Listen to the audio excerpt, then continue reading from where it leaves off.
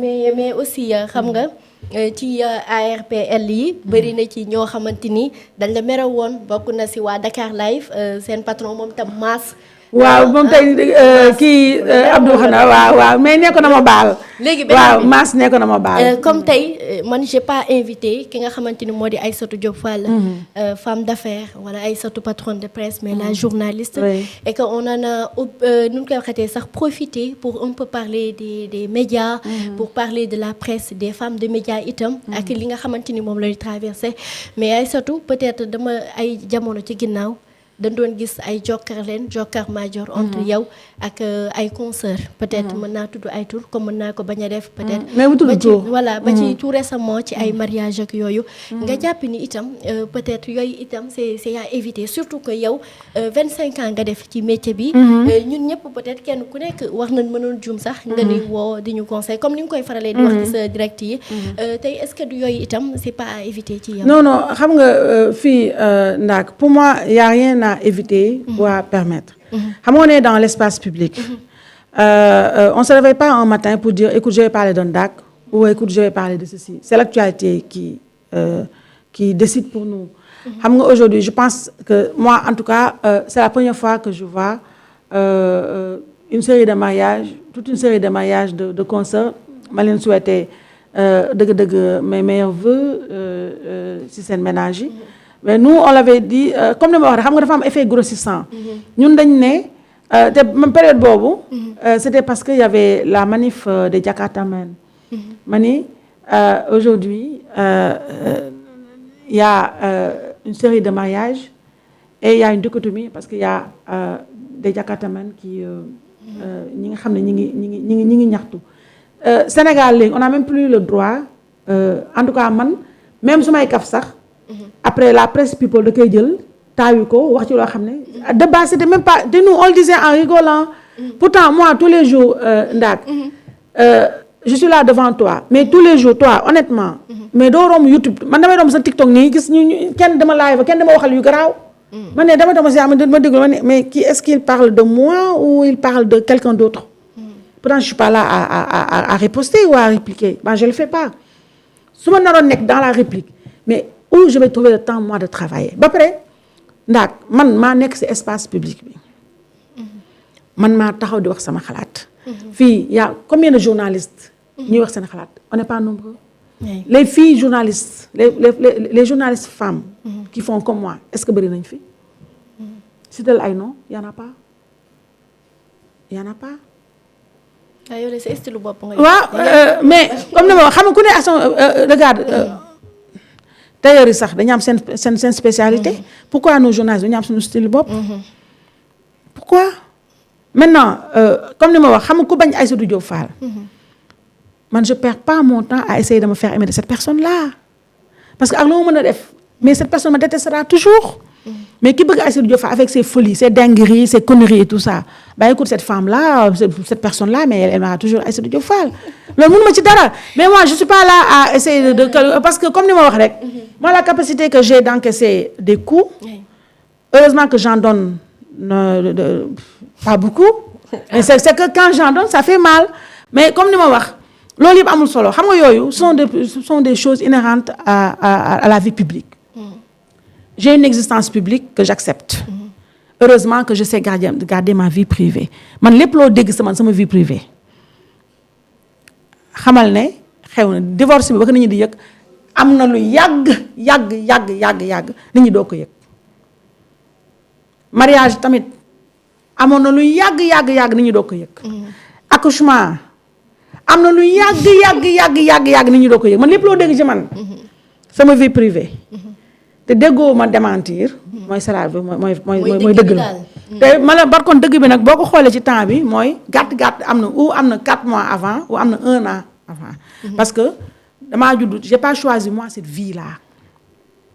yàlla moo ma ko teg ma nangu ko waaye man ma vie privée c'est ta vie privée yàlla xam na ne elle est réellement privée nit ñi xamaluñu ma dara doo romb ci mbedd gis ma man boo ma gisee ci écran nga ma gis doo ma gis fenn daw ma boîte daw ma xew daw ma ngénte daw ma fenn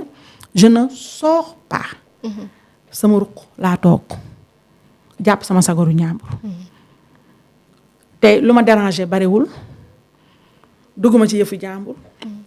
man bu dul écran ku ma gis si mbedd bi da nga naan est-ce que kii moom la parce que pour de vrai en vrai moi je suis timide su ma ko waxee nii la ñuy reetaan parce que xamuñu ne bu caméra tàkkee micro tàkk c'est mon autre moi qui parle mais c'est pas ça qui me définit wala qui me détermine lii c'est 1% de ma life moi quand les caméras s'éteignent le micro s'éteint j'ai une autre vie et cette vie là c'est celle que j'aime moi j'aime être dans l'ombre yow di nga ñëw nga fa ba taay mosoo ma teg bët mosoo ma seen nit mën nga ñëw ba foofu doo xam sax ne fii lii la nangam tu ne me vois pas ñi may liggéeyal aussi bu dul émission il ne me voit pas je ne suis pas visible koñ bi ma dëkk ñu bëri xamuñu ne fa laa dëkk su may dugg ci oto bi ci biir garage la nekk ci biir garage laa duggee je vis avec des gens yoo xam ne mënuñu wax ne kii Aïssatou Diop Fall nii la mel donc loolu lu nit mënul comprendre la mais ñi ma jege ñoom Bijou xam nañu man maay kan maintenant c'est normal Sénégalais ils sont pas obligés de savoir qui je suis ñoom li ñu xam c'est la Aïssatou Diop Fall la folle qui parle à toi et à travers waxi ay waxam on vient de me dire que Massamba Diop bu Dakar Live ndekete moom frère Bamba Diop la bu Feeling Dakar ah ouais alors xamuñu ko woon mais heureusement ba dégg ngeen Aïssatou moom jéggal na leen yéen ñëpp bu yàgg mais beneen mbir Aïssatou 25 ans de carrière nga def ko ci journalisme peut-être tu as eu à vivre des choses yu neex comme yu nakari peut-être da ñuy wax benn bu la gën a neex rek durant peut-être mi parcours bi nga xamante ni defagum nga ko ndax xam naa ne su ma la amee sama plateau bi balaa ma lay amati yàlla xam. donc c'est la dernière fois que ma dem ci ay émission je sais pas je pense que li ma gën a neex vraiment mooy Public SN TV. waaw parce que waaw sama bébé la. J'ai d'autres entreprises. mais Public SN TV musuma imaginer. Investir ci média parce que dama ci yàgg nekk ci à des postes de responsabilité xam ne média coono la amul xaalis Mame Less Camara yàlla na ko yàlla yërëm te taas ñu ci barkeem dafa noo wax ne celui qui va être riche na ut benn métier bu dul journalisme le journalisme mène à tout à condition de s'en sortir et loolu dama ko yàgg def viatique c'est pas vraiment par la force des choses ci laa ne naa taxawal sama yëfi bopp et donc j'ai tellement galéré ba may doog commencer Public SN TV je peinais à avoir 10 personnes yu may seetaan et tout ça et j'étais là avec mes délires et tout mais su ma commencé gis xale yi parce que j'avais beaucoup de mal xam nga et ça c'est complètement paradoxal mooy autant man ma yàgg ci média def ci 25 ans autant j'ai l'impression d'apprendre encore parce que c'est un milieu YouTube que je ne connais pas que je ne maîtrise pas te ñun ba ñuy def journalisme suñu imaginer ci àddina ne dina am YouTube gis nga ba léegi ni télé yu am chaîne YouTube faale ñu sax seen chaîne YouTube parce que xamuñu ko parce que ils sont comme moi c'est la vieille école donc moi et comme j'aime apprendre et dama jàpp ne ba tey man maa ngi doog a commencer parce que pour moi j'ai fait 25 ans de carrière c'est un quart de siècle dama jàpp ne là en 2025 dama entamer